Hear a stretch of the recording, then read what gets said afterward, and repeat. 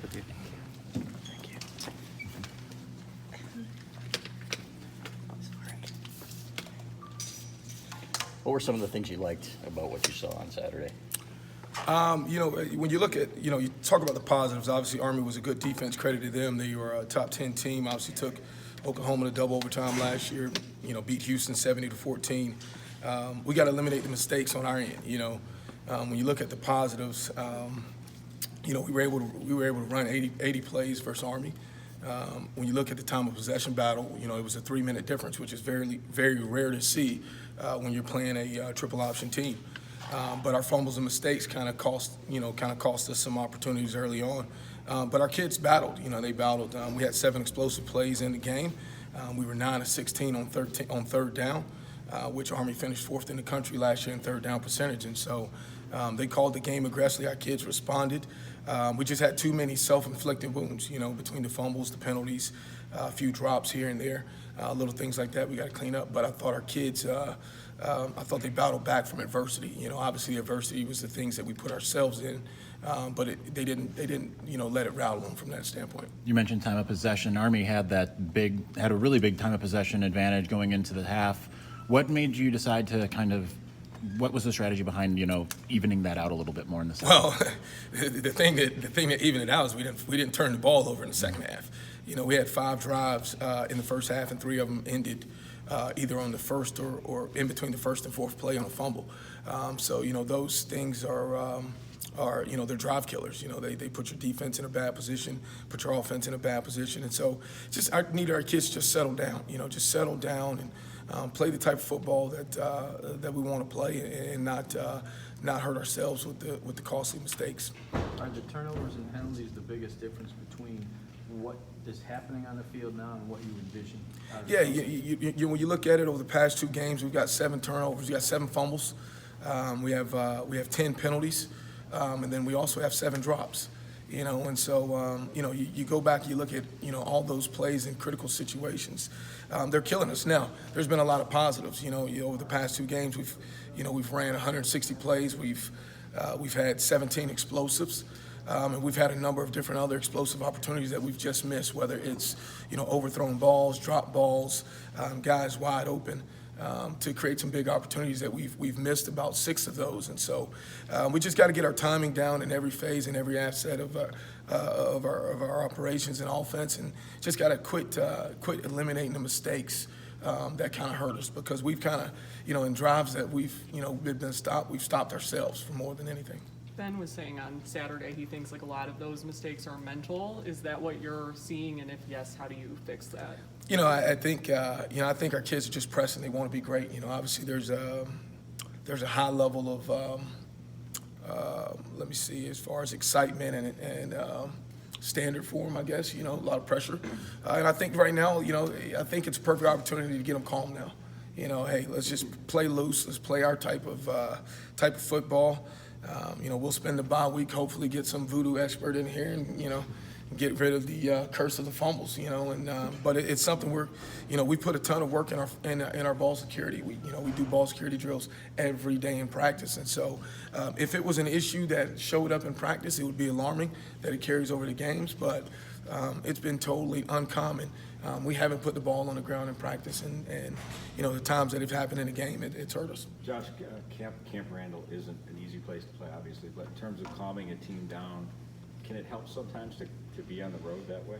I think so. I hope so. I definitely hope so. I think, I think we had a great learning moment, obviously coming out of the game. Obviously when you're able to win a tight game like that, and all the mistakes that you had that were costly, not often do you turn the ball over 3 times and being able to put yourself in position to win. And so, I think just for our guys, they understand. They understand where the mistakes are coming from. They understand how to clean them up. They're committed to it. They want to clean it up. And so it will happen. It will happen. I don't have a concern with them. Obviously, the concern is how we've been, turning the ball over, but we'll get it fixed. And you've coached with Coach Brown for 9 months now. It's interesting to see the coordinators and how they learn from each other, grow from each other. What do you admire most about Don from the time you spent with him? I think, when you look at Don, it starts with his mentality. It's his mentality to, he's an aggressive guy, and his confidence rubs off right on the players. and they have a tremendous amount of respect and trust in him, that they're going to put him in the right position to be successful. And so, he's been very successful over his career, and I've had a chance to coach with him for a very long time and got mutual respect, and our friendship has been amazing. I don't remember Shea pulling once on the read. Was that by design, or did he just miss a few? No, it's nothing's by design. Everything that we do has some level of a read, whether it's an RPO read or quarterback read run. It's a little bit complex when you look at it as far as the reads, because you have to decide how they're playing. Obviously, Army did some things on Saturday, jetting guys up the field to being able to take the quarterback read game away. But it gave us favorable matchups inside, 6-man boxes and 6-man blocking surfaces. And so, one of the things that they did a really good job was, continue to pressure. I think they pressured 85 to, something percent of the time. And so, it was just cleaning up the little things. Every quarterback read run isn't always going to be a pull. There was some that he should have pulled. There was one that he shouldn't have pulled in 2 minutes. That was one he should have gave the ball. So we just got to go back, look at the film, make the corrections, and continue to get better. They ran some of those last year, but not as much as you're running now. Is that still a process then with Shea? Even though he's done this before, I feel like that's still something he's getting used to. I don't think it's a process by any means. I think everybody has a little bit of familiarity within every system. We just got to make the correct decisions for us, and not worry about, last year, this year, anything. We just got to make the correct decisions, whether that's in our drop back pass game, whether that's in our quarterback read run game, whether that's in our quarterback read pass game. We just got to continue to get the great looks, understanding what the defense is trying to do, how we're going to put them in conflict, and make the best decisions, as far as with our ball handling. I think Joe Platt said during the broadcast that Shea had an oblique injury of some kind. Was that part of why he maybe wasn't running as much? He's been banged up a little bit the past 2 weeks with oblique. Something that he struggled with since first playing in Middle Tennessee, but that had no effect, and I hope it had no effect on his decision making from that standpoint. But like I said, every read run from a quarterback standpoint isn't always going to be declared a pull. It's numbers, angles. How tight is the defender? How wide is the defender? Is it too off the backside edge? There's a lot of things that go into play there. So for the common eye, they can see, the quarterback should have pulled it, But if people are playing wide and up the field, it gives you a favorable matchup inside with your box count. And so those guys typically that are jetting up the field can't bend and play the running back. So, he made some good decisions in there. There were some decisions, obviously, that, he wish could have had back, but you got to continue to correct those decisions and get better from them. Josh, you rode Zach Servant quite a bit on Saturday, especially during the second half. How has his emergence the last few weeks changed what you're calling and how you're using him? Yeah, no, I think Zach is, Zach has shown who he is, for us, and very consistent, very mature. We wasn't anticipating to get him that many reps, probably a little too many. But throughout the game, we had some issues going on in protection with our running backs picking up protection. Cost us 2 fumbles. And so, Zach's someone that's been very stout in the pass protection part of it. And I think our trust with him, from their standpoint is, having a back in there that, could pick up the pressures that they were bringing, that, we could ID where the pressure was coming from, lended towards Zach getting a number of those reps and a high volume. Josh, you mentioned pass protection leading to at least one of the fumbles, the blindside hit with Shea. Other than that, would you like your ball carriers to hold on to the other fumbles they had, like as you analyze each one? Is that the only one where you just kind of like, that's not his fault? Yeah, I think, we had two fumbles on sacks. Both were easy protection pickups that we kind of missed at the running back position. The first one, obviously, we would love Shea to continue to hold on the ball with 2 hands on it. The second one was a strip sack, so he blindside, he didn't see it coming. And then our third fumble was with our running backs, just on a hit, and then Ben, shown great ball security throughout camp. So we just got to clean up the protection deals that we had when we mis-ID'd people and didn't pick them up at the running back position. And then we got to make sure we secure the ball all throughout, all of our touches. But, those 3 were big because they all happened in the first half, so they really kind of deflate a little bit of your momentum going into half with your team, and you're putting your defense in tough positions. But we just got to secure every ball and make sure we don't put the ball on the ground. Josh, in the passing game, are you happy with the distribution of the ball as far as, the number of targets for your various? Yeah, I think I think that's something that obviously we've seen. I think I think the ball has distributed itself. Obviously, we've had some big opportunities that we've made, some big plays. We've also had some big opportunities that we've missed. Some guys wide open, uncoverable. Even Saturday, one thing that was a positive is we drew 4 defensive pass interferences on Saturday. So pushing the ball vertically down the field, being aggressive with it from that standpoint. And our guys have made some plays, and I wish we had some of the plays back that we've missed because they've been total, big plays. But we just got to continue to work on whether it's the timing, whether it's the, speed of route releases. When we have guys wide open, we've got to cash in on those. And so our kids understand it, and we got to make those plays moving forward. What's your assessment of the offensive line so far? They've done a really good job. I think Michael Wayne, you've played a phenomenal game this past week. Obviously, we've been starting off the first 2 games with 2 freshmen that are starting on the offensive line, and to see Coach Warner get those guys prepared, it has been a tremendous asset there. They've done a really good job, getting those guys caught up. It's their first time starting college football, and so those guys have stepped up big time. Ryan Hayes and Jalen Mayfield, and then obviously Caesar and Ben have played at a very high level. We've had some penalties that we just got to clean up. Some false starts and little things that kind of nicked us in the butt there. But we just got to continue to improve each and every day and pick up pressure blitzes when people are bringing them, whether that's in the run game or pass game. But our guys are playing at a really good level up front. I wish we would have been a little bit more productive in the run game on Saturday, but with the amount of pressures and the amount of blitzes that they were bringing, we just got to continue to pick up that movement and create some holes. And we missed some runs too. Let me say that too. We had a number of runs, 4 or 5, that the running back kind of missed the read and hold on them. Some big wide, open holes that our guys up front had created, and we just missed them. And so I think altogether it goes with everybody, the running backs, O-line, making the right blocks, making the right reads, and hitting the right holes. How much of an impact has Donovan Peoples-Jones' absence had on this offense through the first 2 games? It's hard to say. I mean, Donovan was playing at a really high level before he got hurt.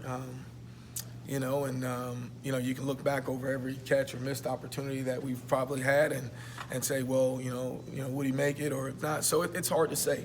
I think Ronnie Bell really improved last week and really showed, his potential. I think, the first game he had a little bit of the jitters, missed some big plays in there.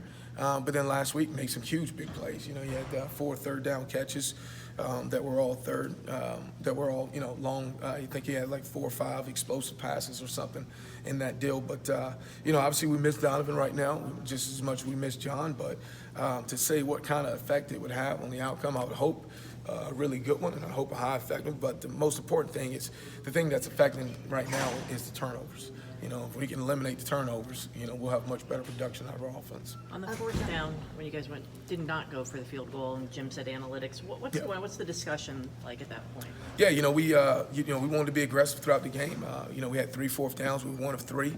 The analytics both supported all 3 as far as going forward from that standpoint.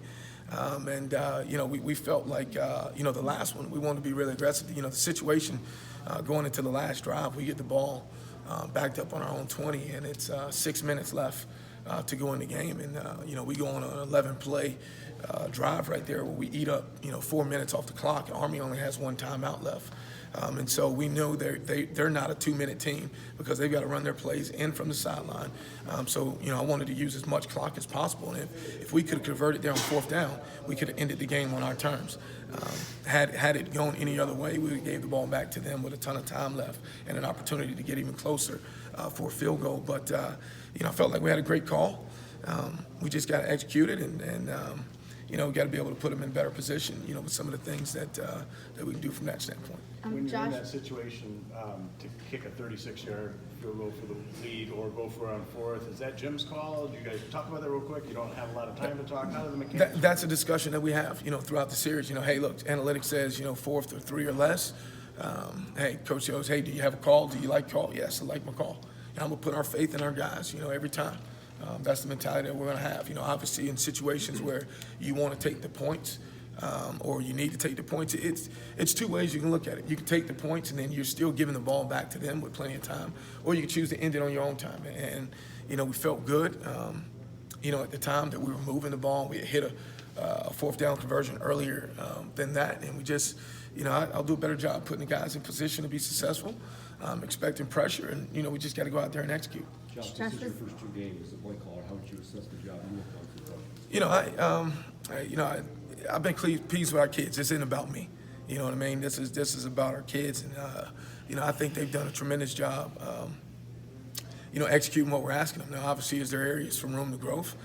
Yes, like I said, the mistakes and everything. But, I think, ultimately it's my job to put them in position to be successful. And I'm very hard on myself from that standpoint. And, there's always a couple calls every game where you wish you go back and look at them and say, well, should have did this differently or should have did that differently. But you can't always live in the past. You just got to be able to learn from those and move forward. We feel good about our game plan that we had both games. And how well we executed when we executed. In times that we didn't execute, we just got to go back and correct those mistakes and get the little things out of the way, like turnovers. Josh, was there ever any consideration that you might go for 2 in the first overtime, or were you always going to kick? The analytics said kick it in that standpoint. Kick it and obviously flip it back around and be on offense. And we felt really good about where our defense was playing and how well our defense was playing. But at that point, going forward on a 2-point conversion is very hard in college football. We went for a 2-point conversion the game before. It was unsuccessful. And so, we supported going for the kick and then having the ball. And we had the ball in overtime. We had some huge opportunities for 2 big plays, and we just missed. We just missed in overtime there. And in the overtime period, when you do switch and you go first instead of, and you don't know, are you going to need a touchdown or are you going to need a field goal? Do you play that any differently than you did in the first overtime? No, you know what? We wanted to be aggressive, and if you can see with the first call, we got Nico wide open in the back of the end zone, and the ball was just a little bit overthrown.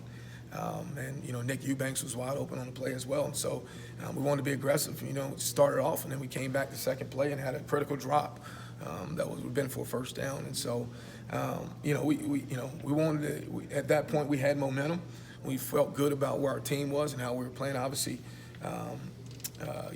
getting into the second overtime, your juices kind of get going a little bit more. And, we wanted to ride that wave from where our team was. And, unfortunately, we didn't connect on the plays that we had, and we just got to go back, to working and make sure we connect on those plays. Josh, with Shea and Dylan, is that something where you'll just kind of play it by feel going forward of how you use those guys? Have you been happy with how that rotation has worked out so far? Yeah, it's going really well. Just the number of reps that we were able to get Dylan, and both of those guys being able to play. And it's not one thing or the other against either quarterback. It's not when we pull Shea that he's necessarily doing bad or anything. But we want to get Dylan those reps. We want to get him opportunities in games. We want to get him called up from that standpoint. Dylan's done a really good job coming in, leading the offense and running the offense efficiently and effectively. And so, we pick and choose when those times come. We pick and choose when we want to do our 2 quarterback package, and it just goes game by game, moment by moment, kind of how the game is going from that standpoint. Do you expect John and Donovan to come back for Wisconsin, or are those longer term things? I would hope so. I would hope so. It's, I really don't know because I'm not the trainers, but I would hope that we get them back. It's a little early right now as far as time frame for the game being in another week, and so hopefully we can get as much rehab done with those guys to hopefully get them back at some point. You said early in your comments that the team was pressing maybe these first 2 games. Why do you think that is, and how do you correct it? I just think our kids just want to be great. I think the pressure from the outside, I think obviously there's been a huge bubble that's been, put around our program as far as wanting to be successful, and our kids want to be successful. And so, it just happens. It happens in college football. This is not rare by any means. You see, teams all over the country, and I think, I think our defense has done a really good job supporting us during this time where, we've had some critical mistakes and stuff like that. But I've got the utmost faith in our guys. I know who they are. They've shown who they are in practice. They'll get it cleaned up. We'll get it cleaned up, and, we'll go on to be successful. A voodoo master's probably unlikely. Yeah. So how do you really correct that? If you haven't had those issues in Yeah, practice? no, we work on it every day. It's been a major emphasis, which is our ball security. I mean, our guys will tell you, we do drills starting off practice every day. If they fumble in practice, they run, right away. Just as much as if they get a penalty, they have to run 2 laps right away. And so, we just do it from a disciplinary standpoint to make sure we're playing as much disciplined football as possible. But I think they also understand the severity of everything. You know what I mean? It's just no one wants to fumble the ball. It's not part of the game of football. No one chooses to go out there and fumble. So these kids get it, They're embarrassed, they're hurt. They want to be great, And so I have no doubt in my mind they'll clean it up. We'll clean it up. We'll clean it up. All right, guys.